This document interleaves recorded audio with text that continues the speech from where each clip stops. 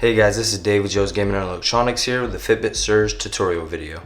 Today I'll be showing you how to remove a Fitbit Surge main board from the back housing.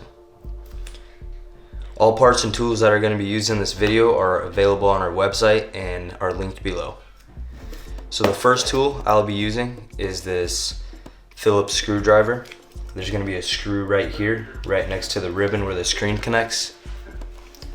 So you want to go ahead and take that off before you make your next step. After you do that, I use a flathead for this. The vibrator is connected with adhesive. You want to go ahead and pry that off. And right next to where the vibrator sits, you want to go ahead and get your Philip. You want to go ahead and get your flathead under here.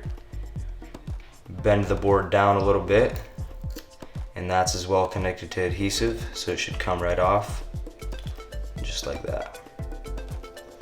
When you get to here, you won't be able to take it off because there's a ribbon connected down there.